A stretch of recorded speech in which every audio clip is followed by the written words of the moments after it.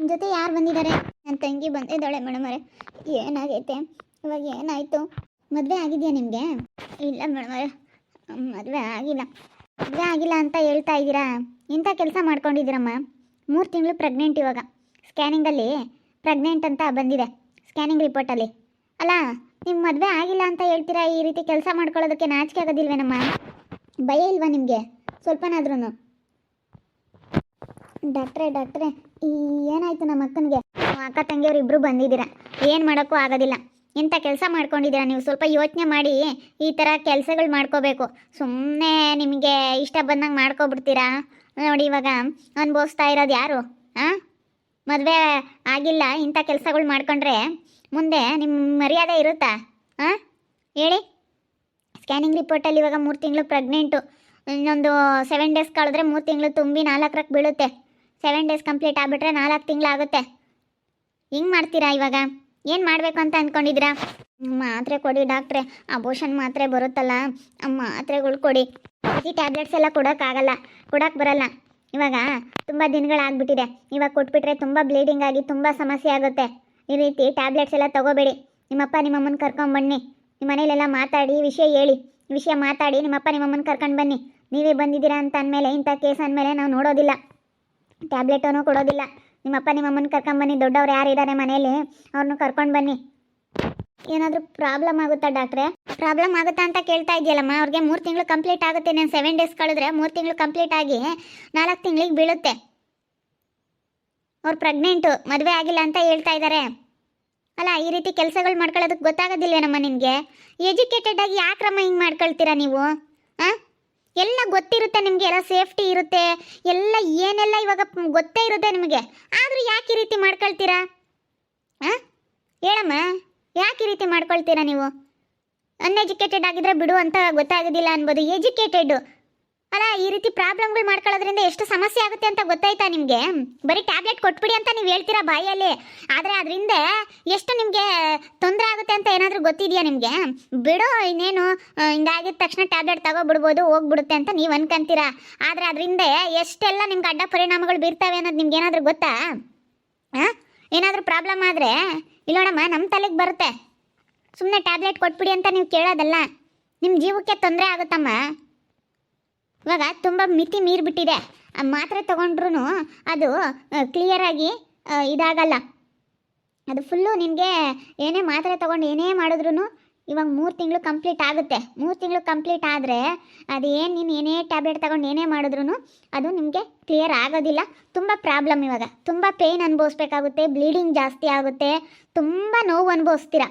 ಅದೆಲ್ಲ ಆಗೋದಿಲ್ಲದ ಕೆಲಸ. ನಿಮ್ಮಪ್ಪ ನಿಮ್ಮಮ್ಮನ ಕರ್ಕೊಂಬನ್ನಿ.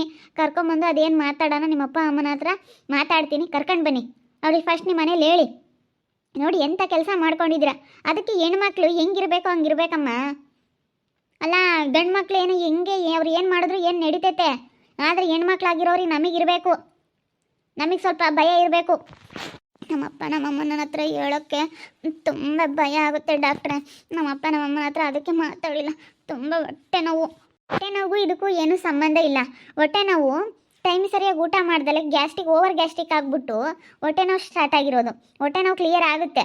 ನಾನು ಇವಾಗ ಟ್ಯಾಬ್ಲೆಟು ಅದೆಲ್ಲ ಕೊಡ್ತೀನಿ, ಇಂಜೆಕ್ಷನ್ ಹಾಕ್ತೀನಿ, ಹೊಟ್ಟೆ ನೋವು ಕಡಿಮೆ ಆಗುತ್ತೆ. ಇದಕ್ಕೇನು ಮಾಡ್ತೀರಾ ನೀವು? 3 ತಿಂಗಳು ಪ್ರೆಗ್ನೆಂಟ್ ಅಲ್ಲ, ಇವಾಗ ಇದಕ್ಕೆ ಏನು ಮಾಡ್ತೀರಾ? ಅದ್ರ ಬಗ್ಗೆ ಯೋಚನೆ ಮಾಡಿಮ್ಮ. ಹೊಟ್ಟೆ ನೋವು ಇವಾಗ ಹೋಗ್ಬಿಡುತ್ತೆ ನಿಮಗೆ. ಟ್ಯಾಬ್ಲೆಟ್ ಕೊಡ್ತೀನಿ ನಾನು, ಸ್ವಲ್ಪ ಮಜ್ಜಿಗೆ ಅದು ಇದು ಎಲ್ಲ ನೀವು ತೊಗೊಬಿಟ್ರೆ 1-2 ನೀರು ಕುಡೀರಿ. 1-2 ನೀರು ಅದೆಲ್ಲ ಕುಡಿದ್ಬಿಟ್ರೆ ನಿಮ್ಗೆ ಹೊಟ್ಟೆ ನೋವು ಕಡಿಮೆ ಆಗುತ್ತೆ, ಆದಷ್ಟು ಬೇಗ ಕಡಿಮೆ ಆಗುತ್ತೆ. ಆದರೆ ಇದಕ್ಕೇನು ಮಾಡ್ತೀರಾ ನೀವು?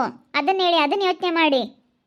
ಅಲ್ಲಮ್ಮ, ಸ್ವಲ್ಪ ಯೋಚನೆ ಮಾಡೋ ಅಂಥದ್ದು ಬುದ್ಧಿ ಇಲ್ವೇನಮ್ಮ ನಿಮಗೆ? ಎಲ್ಲ ತಿಳ್ಕೊಂಡಿರ್ತೀರಾ. ಎಲ್ಲ ಸೈನ್ಸ್ ಓದಬೇಕಾದ್ರೆ ನೀವೆಲ್ಲ ತಿಳ್ಕೊಂಡು ಎಲ್ಲ ಎಕ್ಸಾಮ್ಗಳೆಲ್ಲ ಪಾಸ್ ಮಾಡ್ಕೊಂಡಿರ್ತೀರ, ಎಕ್ಸಾಮ್ಗಳು ಬರೆದಿರ್ತೀರ, ಎಲ್ಲ ಗೊತ್ತಿರುತ್ತೆ ಯಾವ ಥರ ಏನು, ನಾವು ಎಷ್ಟು ಸೇಫ್ಟಿಯಾಗಿರಬೇಕು ಎಲ್ಲ ತಿಳ್ಕೊಂಡು ನೀವು ಯಾಕಮ್ಮ ಈ ರೀತಿ ಮಾಡ್ಕೊತೀರಾ? ನಾನು ಏನು ಕೊಡೋದಕ್ಕಾಗೋದಿಲ್ಲಮ್ಮ. ನೀವೇನೇ ಬಲವಂತ ಮಾಡಿದ್ರು ನನ್ನ ಮಾತ್ರೆಗಳು ಏನು ಕೊಡೋಕ್ಕಾಗಲ್ಲ. ಮತ್ತೆ ಎಲ್ಲ ನಮ್ಮ ತಲೆಗೆ ತರ್ತೀರ. ನಮ್ಮನ್ಗೆ ಇಲ್ಲಿ ಬಲವಂತ ಮಾಡಬೇಡಿ, ಹೊರಟೋಗಿ. ಅಲ್ಲ ಮೇಡಮರೇ, ನಾವೇನು ನಿಮಗೇನು ತರಲ್ಲ. ನಾವೆಲ್ಲ ಹೆಂಗೆ ಏನು ಮಾಡಬೇಕು ಅದನ್ನ ಮಾಡ್ತೀವಿ, ಕೊಟ್ಬಿಡಿ ಪ್ಲೀಸ್, ಕೊಡ್ರಿ ಡಾಕ್ಟ್ರೇ. ಮೇಡಮ್ ಇಲ್ಲಿ ನೋಡಿ, ನಾವು ಏನು ಪ್ರಾಬ್ಲಮ್ ಆದರೂ ನಿಮ್ಮ ಮೇಲೆ ಏನು ಹಾಕಲ್ಲ. ನಾವು ಅದನ್ನೆಲ್ಲ ನಾವು ಹೆಂಗೋ ನಿಭಾಯಿಸ್ತೀವಿ. ಹೆಂಗೋ ಹಾಸ್ಪಿಟ್ಲಿಗೆಲ್ಲ ತೋರಿಸ್ಕೊಂಡು ನಾವು ಹೆಂಗೋ ಇದಾಗ್ಬಿಡ್ತೀವಿ, ಕ್ಯೂರ್ ಆಗ್ತೀವಿ. ಅದಕ್ಕೆ ನಿಮ್ಮ ಮೇಲೇನು ಹೇಳಲ್ಲ ಡಾಕ್ಟ್ರೆ, ನಾವೇ ತಗೊಂಬಂದಿದ್ವಿ, ನಮಗೆ ಮೆಡಿಕಲಲ್ಲಿ ತಗೊಂಬಂದಿದ್ದೆ ಅಂತ ಹೇಳ್ತೀನಿ ಅಂತ ಡಾಕ್ಟ್ರು ಕೊಟ್ಟರು, ಹಿಂಗಾಯಿತು ಅಂತೇಳಿ ನಾವೇನು ಹೇಳಲ್ಲ. ಹೌದು ಡಾಕ್ಟ್ರೆ, ನಾವೇನು ಯಾರು ತಗೋ ಹೇಳಲ್ಲ, ನಿಮ್ಮ ಮೇಲೆ ಏನು ಬರಲ್ಲ, ನಿಮ್ಮ ಮೇಲೆ ಏನೋ ಕೇಸ್ ಹಾಕೋದಾಗಲಿ, ನಿಮ್ಮ ಮೇಲೆ ಹಿಂಗಾಯಿತು ಅಂತೇಳಿ ನಿಮ್ಮ ಮೇಲೆ ಹೇಳೋದಾಗಲಿ ಹಂಗೆಲ್ಲ ಏನು ಮಾಡಲ್ಲ ಡಾಕ್ಟ್ರೆ. ಪ್ಲೀಸ್ ಡಾಕ್ಟ್ರೆ, ನಮ್ಮ ಅಕ್ಕೆ ಕೊಟ್ಬಿಡಿ. ಅವಳು ಅದೇ ಯೋಚನೆ ಮಾಡ್ಕೊಂಡು ಊಟ ಬಿಟ್ಟು ಬಿಟ್ಟು ಬಿಟ್ಟು ಗ್ಯಾಸ್ಟ್ರಿಕ್ಕಿಗೆ ಇವಾಗ ಅವಳಿಗೆ ಹೊಟ್ಟೆ ನೋವು ಬಂದಿರೋದು, ಅದೇ ಚಿಂತೆ ಮಾಡ್ಕೊಂಡು ಅವಳು ಊಟ ಬಿಟ್ಟವಳೆ. ಇಲ್ಲಮ್ಮ, ಬಲವಂತ ಮಾಡಬೇಡಿ. ನೀವು ಹೇಳ್ತೀರಾ ಈ ಟ್ಯಾಬ್ಲೆಟ್ ಎಲ್ಲಿಂದ ಇಂಥ ಟೆಕ್ನಾಲಜಿ ಮುಂದುವರೆದಿರಬೇಕಾದ್ರೆ ನೀವು ಹೇಳ್ದಂಗೆ ಕೇಳಲ್ಲಮ್ಮ ಯಾರೂ. ಆಮೇಲೆ ನನ್ನ ಕೆಲಸ ನಾನು ಕಳ್ಕೊಬೇಕಾಗುತ್ತೆ, ನನ್ನ ಕ್ಲಿನಿಕ್ ಬಾಕ್ಲಾಕೊಂಡು ಮುಚ್ಚಾಕೊಂಡು ಮನೇಲಿರಬೇಕಾಗುತ್ತೆ. ಏನಮ್ಮ ನೀವು? ಇಲ್ಲಮ್ಮ, ನಾನು ಯಾವ ಟ್ಯಾಬ್ಲೆಟು ಕೊಡೋಕ್ಕಾಗಲ್ಲ, ಏನು ಮಾಡೋಕ್ಕೂ ಆಗಲ್ಲ. ಹೋಗಿ ಅಪ್ಪ ಅಮ್ಮನ ಕರ್ಕೊಂಬನ್ನಿ, ಅಪ್ಪ ಅಮ್ಮನ ಕರ್ಕೊಂಬಂದು ಮಾತಾಡೋಣ. ಅವ್ರೇನು ಅದೇನು ಡಿಸೈಡ್ ಮಾಡ್ತಾರೆ ಅವರು ಅಪ್ಪ ಅಮ್ಮನ ಹತ್ರ, ನಿಮ್ಮ ಅಪ್ಪ ನಿಮ್ಮಮ್ಮನ ಹತ್ರ ನಾನು ಮಾತಾಡ್ತೀನಿ. ಕರ್ಕೊಂಡು ಬನ್ನಿ ನಿಮ್ಮ ಅಪ್ಪ ನಿಮ್ಮಮ್ಮನ. ಟ್ಯಾಬ್ಲೆಟ್ ಎಲ್ಲ ಏನು ಕೊಡೋಕ್ಕಾಗಲ್ಲ, ಬಲವಂತ ಮಾಡಬೇಡಿ. ಸುಮ್ಮನೆ ಪ್ರಾಬ್ಲಮ್ಗಳು ಅನುಭವಿಸ್ತೀರಾ, ನಮ್ಮ ತಲೆಗೆ ಏನಕ್ಕೆ ತರ್ತೀರಾ ನೀವು? ಈ ರೀತಿ ಎಲ್ಲ ಮಾಡಿಬಿಟ್ಟು ಸ್ವಲ್ಪ ಎಚ್ಚರಿಕೆ ಇರಬೇಕು ಹೆಣ್ಮಕ್ಳಾಗೋ ಇರೋರಿಗೆ. ಗಂಡು ಮಕ್ಕಳೇನು ಎಲ್ಲಿ ಹೆಂಗೆ ಬೇಕಾದ್ರೂ ಅವ್ರು ಏನು ಮಾಡಿದ್ರು ನಡೆಯುತ್ತೆ. ಇವಾಗ ನೀನು ಮಾಡದಿರೋ ನೀನು ಹಿಂಗೆಲ್ಲನ ಇವಾಗಿಂಥ ಪ್ರಾಬ್ಲಮ್ಗಳು ಮಾಡ್ಕೊಂಡು ಅನುಭವಿಸ್ತಾ ಇದೆಯಾ. ಆದರೆ ನೀನು ಇಷ್ಟಪಟ್ಟಿರೋ ಹುಡುಗ ಎಲ್ಲೋ ಆಯವಾಗಿರ್ತಾನೆ, ಅವನು ಅವನದೇನು ಮುಂದಕ್ಕೆ ಬರೋದಿಲ್ಲ, ಸರಿನಾ? ನಿನಗೇನೆ ಇವಾಗ ಎಲ್ಲ ಏನು ಕಷ್ಟ ಬಂದರು, ಏನು ನಿನ್ನ ಮರ್ಯಾದೆ ಹೋದ್ರು ಎಲ್ಲ ನಿನಗೆ ಪ್ರಾಬ್ಲಮ್ಮು. ಒಂದು ಹೆಣ್ಣಾಗಿರೋಳು ಹೆಂಗಿರ್ಬೇಕಾ ಹಂಗಿರ್ಬೇಕಮ್ಮ. ಸ್ವಲ್ಪ ಯೋಚನೆ ಮಾಡು. ಇವಾಗ ನೋಡು ಎಷ್ಟು ಅನುಭವಿಸ್ತಾ ಇದ್ದೀರಾ. 5 ನಿಮಿಷ ಮಾಡಿರೋ ತಪ್ಪಿಗೆ ಇವಾಗ ನಿಮ್ಮಪ್ಪ ನಿಮ್ಮಮ್ಮನಿಗೂ ಕೆಟ್ಟ ಹೆಸರು, ನಿಮಗೂ ಕೆಟ್ಟ ಹೆಸರು, ಊರಲ್ಲೆಲ್ಲ ಮರ್ಯಾದೆ ಹೋಗುತ್ತೆ. ಗೊತ್ತಾಗುತ್ತೆ ಯಾರಿಗೇ ಆಗಲಿ. ಸ್ವಲ್ಪ ಯೋಚನೆ ಮಾಡಬೇಕಮ್ಮ ಈ ರೀತಿ ಕೆಲಸಗಳು ಮಾಡ್ಕೊಳ್ಳೋದಕ್ಕಿಂತ ಮುಂಚೆ. ಅಲ್ಲ, ನಿಮ್ಮನ್ನು ನೋಡಿದ್ರೆ ಗೊತ್ತಾಗ್ತಿತ್ತು ನಾನು ಮದುವೆ ಆಗಿಲ್ಲ ಅಂತ ಅಂದ್ಕೊಂಡೆ. ಯಾವಾಗ ನಾನು ಎಲ್ಲ ಸ್ಕ್ಯಾನಿಂಗ್ ಮಾಡೋದಕ್ಕೆ ಸ್ಟಾರ್ಟ್ ಮಾಡಿದೆ, ಅಯ್ಯೋ ಮದುವೆ ಆಗಿಲ್ಲ, ಇದೇನಪ್ಪ ಇದು ಈ ಹುಡುಗಿ ಈ ರೀತಿ ಅಂತ ನನಗೆ ಹಂಗೆ ಅನ್ನಿಸ್ತು. ಓ, ಇದು ಈ ಕೇಸ ಅಂತ ನನಗೆ ಆವಾಗಲೇ ಡೌಟ್ ಬಂತು. ಏನಪ್ಪ ನೀವು ಹಿಂಗೆ ಮಾಡಿಕೊಂಡು? ನಾ ಎಜುಕೇಟೆಡ್ಡು, ಅನ್ಎಜುಕೇಟೆಡ್ ಆಗಿದ್ರೆ ಬಿಡು ಅನ್ಬೋದಾಗಿತ್ತು. ಇವಾಗ ನೋಡಿ, ನನಗೇನು ಬೇರೆ ಆಪ್ಷನ್ ಏನಿಲ್ಲ ನನಗೆ. ನಿಮ್ಮಪ್ಪ ನಿಮ್ಮಮ್ಮನ ಕರ್ಕೊಂಡು ಬನ್ನಿ, ಮಾತಾಡೋಣ. ಅವ್ರೇನಾದರೂ ಒಪ್ಪಿದ್ರೆ ಅದೇನು ಮಾಡಬೇಕು ಅದನ್ನು ಮಾಡಬೇಕು. ಇವಾಗ ಮತ್ತೆ ನಾನಿವಾಗ ನಿಮ್ಗೇನಾದರೂ ಟ್ಯಾಬ್ಲೆಟ್ ಕೊಟ್ಬಿಡೋದು ಮತ್ತು ನನ್ನ ಮೇಲೆ ನಾನು ಹೇಳ್ಕೊಳ್ಳೋದಕ್ಕೆ ತಯಾರಿಲ್ಲ.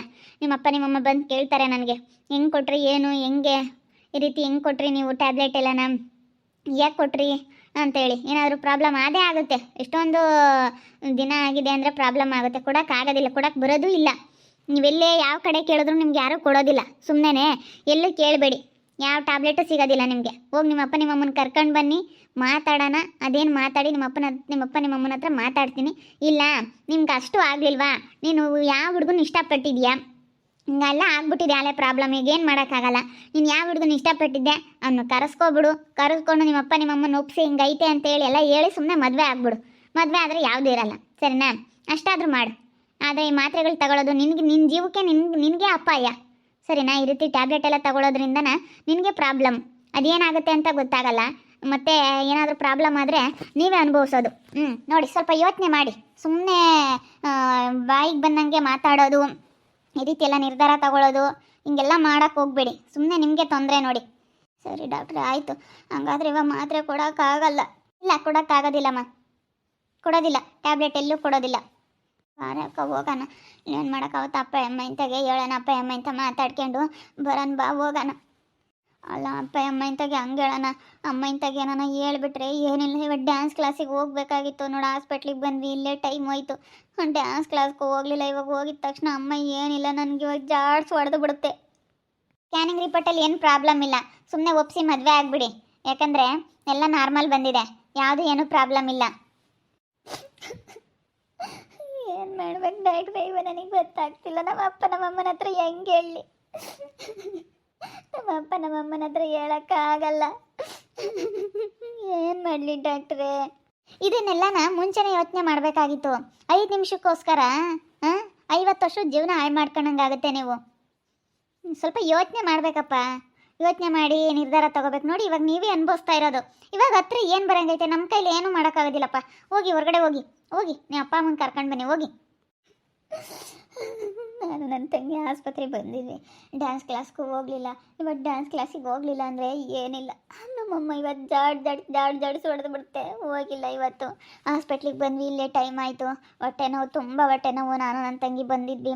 ಇಲ್ಲೆಲ್ಲ ಬಾಟ್ಲು ಹಾಕಿಸ್ಕೊಂಡು ಇವಾಗ ಮಾತ್ರೆ ಬರ್ಕೊಡ್ತಾರೆ, ತಗೊಂಡು ಹೋಗ್ತೀವಿ.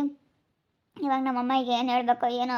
ಹೋಗಿ ಇವ್ರು ನೋಡಿದ್ರೆ 3 ತಿಂಗಳು ಕಂಪ್ಲೀಟ್ ಆಗ್ತೈತಿ, ಇನ್ನೊಂದು 7 ದಿವಸ ಹೋಗ್ಬಿಟ್ರೆ 3 ತಿಂಗಳು ಕಂಪ್ಲೀಟ್ ಆಗುತ್ತೆ. ಏನು ಮಾಡೋಕ್ಕೂ ಬರೋಲ್ಲ, ಯಾವ ಮಾತ್ರೆನೂ ಕೊಡೋಕ್ಕೆ ಬರೋಲ್ಲ ಅಂತ ಹೇಳ್ತಾ ಇದ್ದಾರೆ ಡಾಕ್ಟ್ರು. ಬೈದ್ಬಿಟ್ರು, ಚೆನ್ನಾಗಿ ಬೈದರು. ನನ್ನ ಬೈಸ್ಕೊಂಡೆ ಡಾಕ್ಟ್ರ್ ಹತ್ರ ಚೆನ್ನಾಗಿ. ಇವಾಗ ಏನು ಮಾಡಬೇಕೋ ಏನೋ ಒಂದು ಗೊತ್ತಾಗ್ತಾ ಇಲ್ಲ. ನನಗಂತೂ ತುಂಬ ಬೇಜಾರಾಗ್ತೈತೆ. ಏನು ಮಾಡೋದಪ್ಪ, ನೋಡಿ ಎಂಥ ಕೆಲಸ ಮಾಡಿಕೊಂಡೆ ನಾನು ಅನ್ನಿಸ್ತೈತೆ.